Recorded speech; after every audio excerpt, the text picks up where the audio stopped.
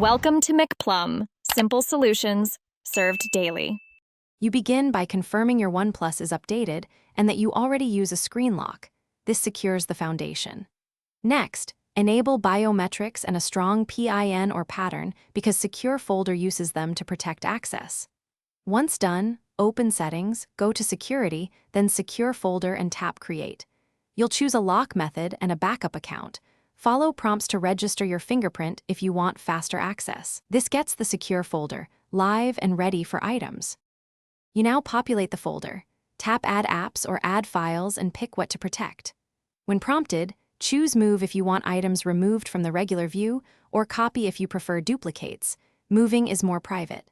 Make sure to adjust folder settings, set automatic lock timeout, and hide content on the lock screen so notifications don't reveal details. Also enable separate cloud backup for the folder if prompted, because that preserves data if you reset the phone. You finish by testing the folder. Lock and unlock it several times with PIN and fingerprint to confirm reliability. Make sure selected apps still receive needed permissions inside the folder. Revoke only if an app malfunctions. If you ever get locked out, first try account recovery through the registered Oneplus/Google account.